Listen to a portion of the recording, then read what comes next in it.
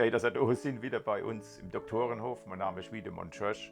Ich habe heute was Besonderes für euch. Wir sind ja in der Mitte von der Pals. Und in der Mitte von der Pals liegt Fenningen. Und da ist der Doktorenhof. Und so reden wir natürlich auch Pelzisch.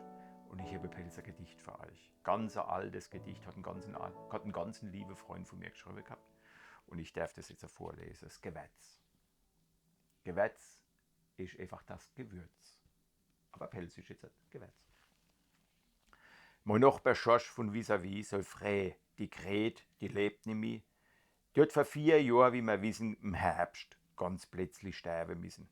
Das hat er 3 Jahre nicht verwunden, dann hat er doch eine andere gefunden. Mit der lebt er jetzt ein Jahr und scheint's, ach gut, so kommt's ihm vor.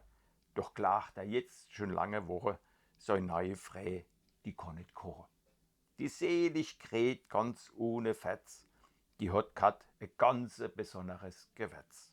So jetzt sich Frau, die tut sich schinnen, doch kann sie das Gewätz nicht finden.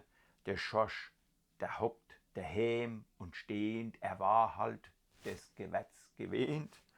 So Gret, die hat an fast kein Essen, das gut Gewätzel je vergessen. Und grad im Schorsch so Lieblingsspeis, die saubere Niere und der Reis. Die Hennem halt, da hilft ke Krolle, so ugewetzt, nicht schmecke wolle. So frei, die gibt sich rettlich mie, doch bringt sie halt den Geschmack nicht hi, doch kocht sie fem, frei zu machen, halt wieder mal so Lieblingssache, dann holt sie noch vernebe bei. Im Keller unne Flasch Woi und auf der Trepp, wie der so is, da steht die Nachbarsfrau, die Liss. Da wird gebabbelt, nicht grad gescheit von denen und von Zelleleit.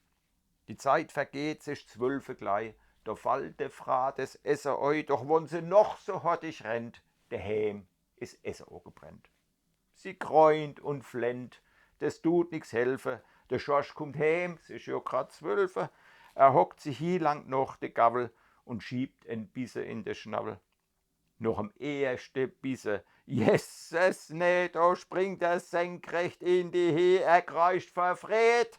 Die Frau verschreckt, wo hast dann das Gewätz entdeckt, komm her, ich trick dich an mein Herz. Das ist das selig Gewätz. So merkt sie jetzt grad am Ende, das Gewätz war nix wie angebrennt.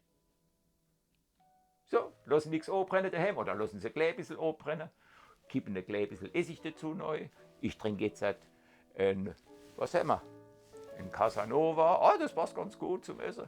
Ich trinke jetzt einen Casanova. Wünsche euch noch einen schönen Tag. Machen's gut, alles Gute aus dem Doktorenhof. Euer Schorsch Wiedemann. Prost.